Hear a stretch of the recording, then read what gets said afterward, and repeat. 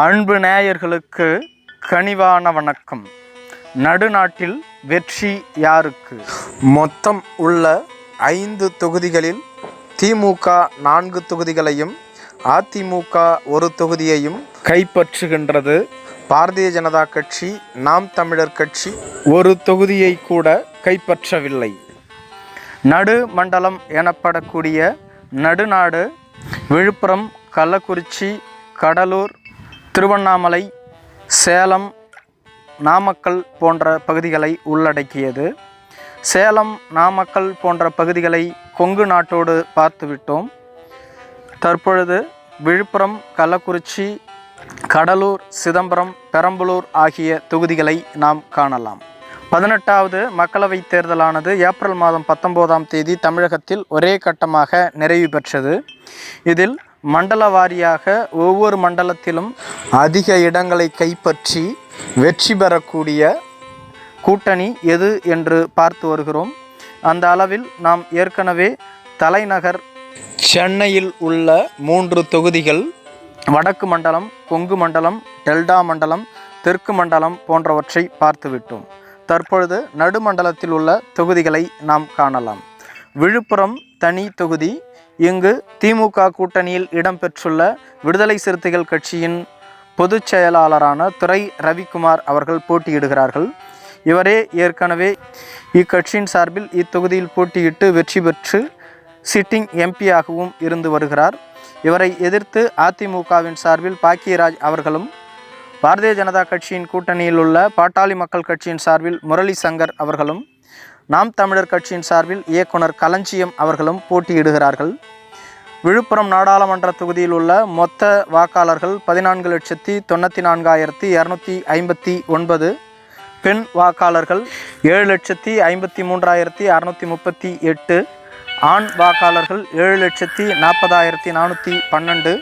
இங்கு வெற்றியை தீர்மானிக்கக்கூடிய சக்திகளாக இருப்பவர்கள் பறையர்களே. இவர்களே கணிசமாக வாழ்கிறார்கள். இவர்களை தொடர்ந்து வன்னியர்கள், உடையார்கள், பார்க்கவகுல உடையார்கள், இஸ்லாமியர்கள், நாயுடுகள் கணிசமாக வாழ்ந்து வருகிறார்கள். இத்தொகுதியை திமுகவில் இடம்பெற்றுள்ள விடுதலை சிறுத்தைகள் கட்சியே கைப்பற்றும் என்று கூறப்படுகிறது. கள்ளக்குறிச்சி நாடாளுமன்ற தொகுதி திமுகவின் சார்பில் திரு மலையரசன் அவர்களும், அதிமுகவின் சார்பில் குமரகுரு அவர்களும், பாட்டாளி மக்கள் கட்சியின் சார்பில் தேவதாஸ் அவர்களும், நாம் தமிழர் கட்சியின் சார்பில் ஜெகதீசன் அவர்களும் போட்டியிட்டுள்ளார்கள். இத்தொகுதியின் மொத்த வாக்காளர்கள் 15,58,749. பெண் வாக்காளர்கள் 7,89,794. ஆண் வாக்காளர்கள் 7,68,729. மூன்றாம் பாலின வாக்காளர்கள் 226. இங்கு வெற்றியை தீர்மானிக்கக்கூடிய சக்திகளாக இருப்பவர்கள் பறையர்களே. இவர்களே இங்கு கணிசமாக வாழ்கிறார்கள்.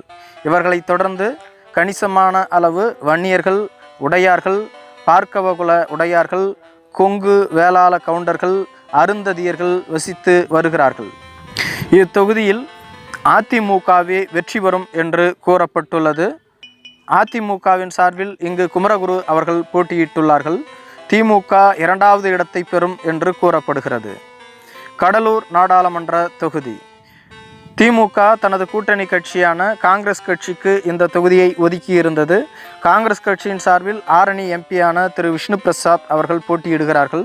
அதிமுக தனது கூட்டணி கட்சியான தேமுதிகவிற்கு இந்த தொகுதியை ஒதுக்கியிருந்தது. தேமுதிகவின் சார்பில் திரு சிவக்கொழுந்து அவர்கள் போட்டியிடுகிறார்கள். இவர் பண்ருட்டி தொகுதியின் முன்னாள் எம்எல்ஏ. பாட்டாளி மக்கள் கட்சியின் சார்பில் இயக்குனர் தங்கர் பச்சான் அவர்களும், நாம் தமிழர் கட்சியின் சார்பில் மணிவாசகம் அவர்களும் போட்டியிடுகிறார்கள். இத்தொகுதியின் மொத்த வாக்காளர்கள் 14,0392. பெண் வாக்காளர்கள் 7,12,909. ஆண் வாக்காளர்கள் 6,88,269. மூன்றாம் பாலின வாக்காளர்கள் 214. இங்கு வெற்றியை தீர்மானிக்கக்கூடிய சக்திகளாக இருப்பவர்கள் வன்னியர்களே. இவர்களை தொடர்ந்து கணிசமாக பறையர்கள், முதலியார்கள், இஸ்லாமியர்கள், நாயுடுகள், செட்டியார்கள் வசிக்கிறார்கள். கடலூர் தொகுதியை காங்கிரஸ் கட்சியே கைப்பற்றும் என்று கூறப்படுகிறது. தேமுதிக 2வது இடத்தையும் பாட்டாளி மக்கள் கட்சி 3வது இடத்தை பெறும் என்றும் கூறப்படுகிறது. சிதம்பரம் தனி தொகுதி. இங்கு திமுகவின் கூட்டணி கட்சியான விடுதலை சிறுத்தைகளின் கட்சியின் சார்பில் அக்கட்சியின் தலைவரான திரு தொல் திருமாவளவன் அவர்கள் போட்டியிடுகிறார்கள். இவரே இத்தொகுதியின் சிட்டிங் எம்பியாகவும் இருந்து வருகிறார். இவரை எதிர்த்து அதிமுகவின் சார்பில் திரு சந்திரகாசன் அவர்களும், பாரதிய ஜனதா கட்சியின் சார்பில் திருமதி கார்த்தியாயினி அவர்களும், நாம் தமிழர் கட்சியின் சார்பில் திருமதி ஜான்சிராணி அவர்களும் போட்டியிடுகிறார்கள். இத்தொகுதியின் மொத்த வாக்காளர்கள் 15,10,915. பெண் வாக்காளர்கள் 7,16,161,206. இங்கு வெற்றியை தீர்மானிக்கக்கூடிய சக்திகளாக இருப்பவர்கள் பறையர்களே. இவர்களை தொடர்ந்து கணிசமாக வன்னியர்கள், முதலியார்கள், பார்க்கவகுல உடையார்கள், இஸ்லாமியர்கள், செட்டியார்கள் வசிக்கிறார்கள். இங்கு விடுதலை சிறுத்தைகள் கட்சியின் தலைவரான தொல் திருமாவளவன் அவர்களே 3வது முறையாக வெற்றி பெறுவார் என்று கூறப்படுகிறது. அதிமுக 2வது இடத்தையும் பாரதிய ஜனதா கட்சி 3வது இடத்தையும் கைப்பற்றும் என்றும் கூறப்படுகிறது. பெரம்பலூர் நாடாளுமன்ற தொகுதி. இங்கு திமுகவின் சார்பில் KN நேருவின் மகனான அருண் நேரு அவர்கள் போட்டியிடுகிறார்கள். அதிமுகவின் சார்பில் சந்திரமோகன் அவர்களும், பாரதிய ஜனதா கட்சியின் சார்பில் IJK கட்சியின் தலைவரான திரு பாரிவேந்தர் அவர்கள் போட்டியிடுகிறார்கள். அவரே இங்கு சிட்டிங் எம்பியாகவும் இருந்து வருகிறார். சென்ற முறை அவர் திமுகவின் உதயசூரியன் சின்னத்தில் நின்று போட்டியிட்டு வெற்றி பெற்றிருந்தார். இத்தொகுதியில் நாம் தமிழர் கட்சியின் சார்பில் தேன்மொழி அவர்கள் போட்டியிடுகிறார்கள். இத்தொகுதியின் மொத்த வாக்காளர்கள் 14,39,315. பெண் வாக்காளர்கள் 7,41,200. ஆண் வாக்காளர்கள் 6,97,984. 3ஆம் பாலின வாக்காளர்கள் 131. இங்கு வெற்றியை தீர்மானிக்கக்கூடிய சக்திகளாக இருப்பவர்கள் முத்தரையர்களே. இவர்களை தொடர்ந்து கணிசமாக பறையர்கள், தேவேந்திரகுல வேளாளர்கள், பார்க்கவகுல உடையார்கள், வன்னியர்கள், பிள்ளைகள் வாழ்கிறார்கள். இத்தொகுதியில் திமுகவே வெற்றி பெறும் என்று கூறப்படுகிறது. 2வது இடத்திற்கு அதிமுகவிற்கும் IJK கட்சிக்கும் கடுமையான போட்டி நிலவுவதாக கூறப்படுகிறது. நாம் பார்த்த 5 தொகுதிகளில் அதிமுக ஒரு இடத்தையும் 4 இடத்தை திமுகவும் கைப்பற்றுகிறது.